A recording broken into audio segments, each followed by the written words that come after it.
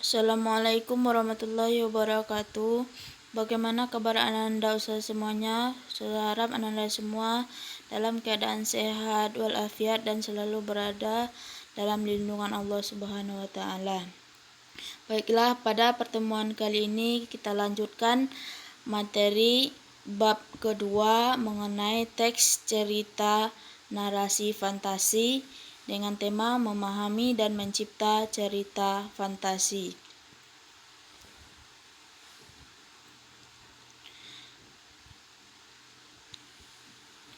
Nah, untuk KD-nya, KD 3.3 menelaah struktur dan kebahasaan teks narasi atau cerita imajinasi fantasi yang dibaca maupun yang didengar.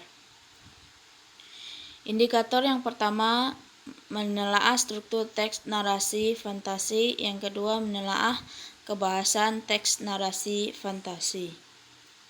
Nah, setelah Ananda mempelajari struktur dan kebahasaan dari teks narasi cerita imajinasi fantasi, Ananda diharapkan mampu menemukan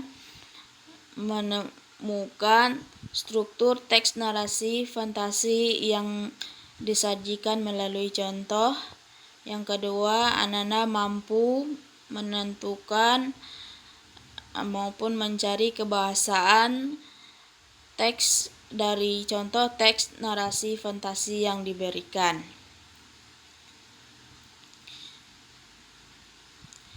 Nah, sebelum kita masuki struktur dan kebahasaan teks cerita fantasi, kita harus tahu dulu apa itu teks cerita fantasi atau teks cerita narasi imajinasi.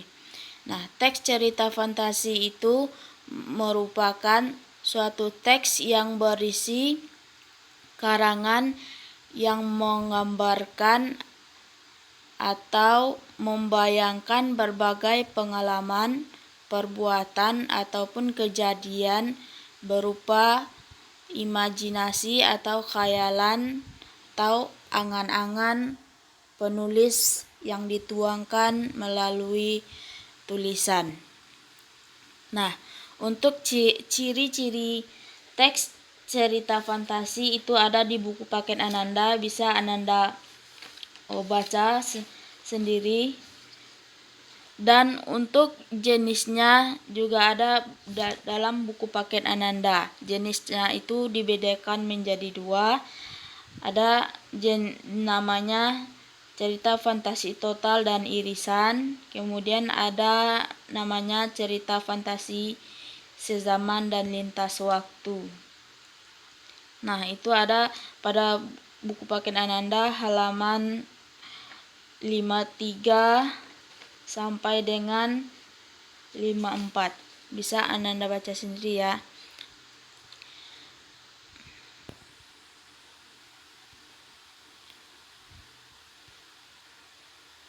Nah, untuk strukturnya yang pertama yaitu pada paragraf pertama itu berisi orientasi. Nah, orientasi di sini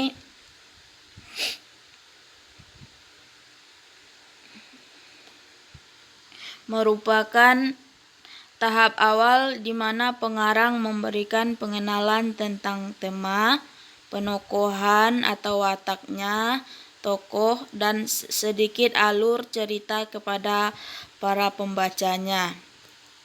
Contohnya, Anika menemukan 3 kotak berwarna ungu, biru, dan kuning di kamar ibunya. Ia mengajak 2 orang temannya karena menurut ibunya, jika ada 3 orang sahabat menyukai warna itu, mereka akan mendapat petualangan indah. Nah, di sini tokohnya itu ada Anika, ibunya, dan 2 orang temannya. Nah, untuk paragraf yang kedua yaitu komplikasi. Nah, komplikasi ini bagian yang terjadi permasalahan atau komplikasi ini berisi permasalahan atau bisa disebut dengan konfliknya atau peristiwanya. Yang dimulai dari tahap konflik awal, dimulai dari awal hingga memuncak.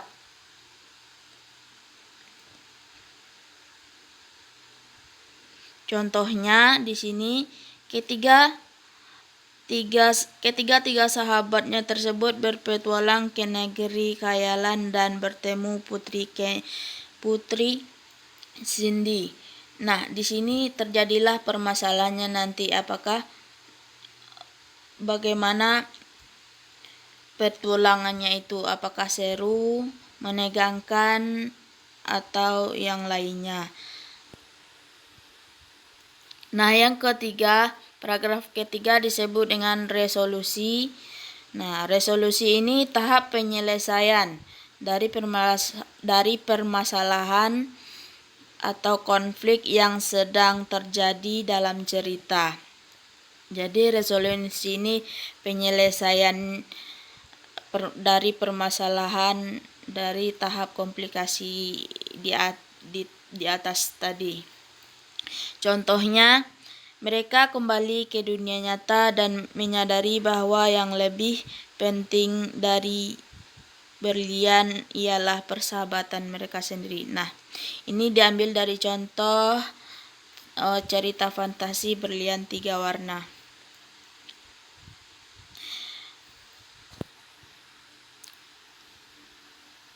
Nah, untuk kebahasaan dalam teks cerita narasi fantasi itu dibedakan menjadi 6.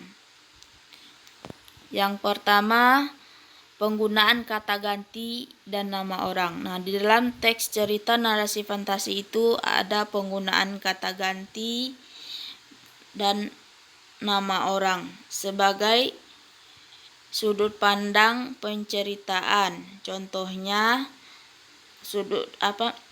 Contohnya kata ganti aku, dia, mereka, ataupun juga bisa nama orang, misalnya si Doni, Erza, dan lain-lain.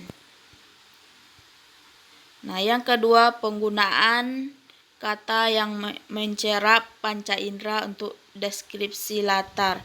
Nah, yang kedua ini itu menggunakan serapan panca indera untuk mengungkapkan latar, baik itu tempat, waktu, maupun suasana. Kalau latar tempat, dia menceritakan tempatnya di mana kejadiannya. Kemudian kalau latar suasana, bagaimana suasana cerita tersebut, apakah menegangkan, bahagia, atau butuh perjuangan. Kemudian latar waktu. Nah, latar waktu itu kapan kejadiannya? Apakah malam hari, pagi hari, siang hari, dan lain-lain. Nah, struktur yang ketiga menggunakan pilihan kata dengan makna kias dan makna khusus.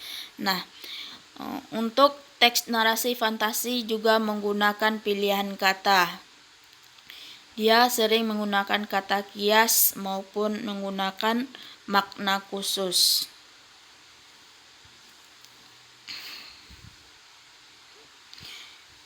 Contohnya di sini, alien itu berhidung mancung. Dengan hidungnya yang menjulang, ia dapat mengendus di sekeliling.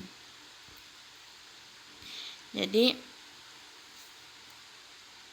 dikiaskannya lah alien itu berhidung mancung, ya, bisa hidungnya mengendus sekeliling tempat tinggalnya. Yang keempat, menggunakan kata konjungsi, kata penghubung ataupun kata sambung penanda urutan waktu. Nah, kata sambung urutan waktu contohnya setelah itu, kemudian, sementara itu, dan lain-lain yang menyambungkan antara kalimat pertama dan kalimat selanjutnya. Contohnya, setelah buku terbuka, aku terseret pada masa lampau. Contoh yang kedua, 2 tahun kemudian, Varta telah sampai di planet Mars dan bertemu dengan Tatao. Nah, kata penghubung atau kata sambung di sana itu kata setelah dan kata kemudian. Yang kelima, penggunaan kata atau ungkapan keterkejutan.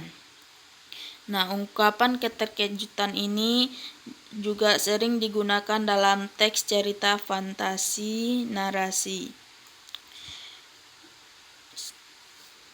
Contohnya,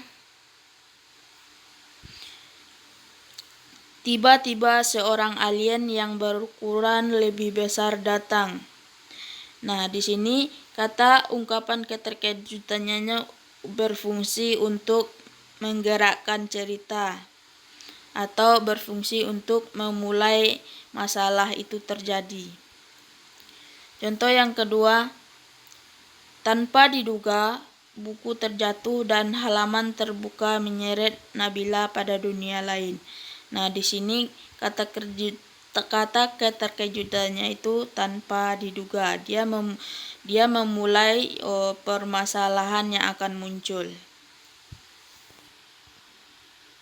Yang keenam, penggunaan dialog atau kalimat langsung dalam cerita. Nah, di dalam teks cerita fantasi atau narasi ini juga menggunakan kalimat langsung, yaitu kalimat yang disampaikan langsung oleh tokoh dan ditandai dengan tanda petik 2. Nah, cukup sekian dulu penjelasan dari Ustazah. Saya ucapkan terima kasih. Semoga Ananda dapat memahaminya. Barakallahu fiik.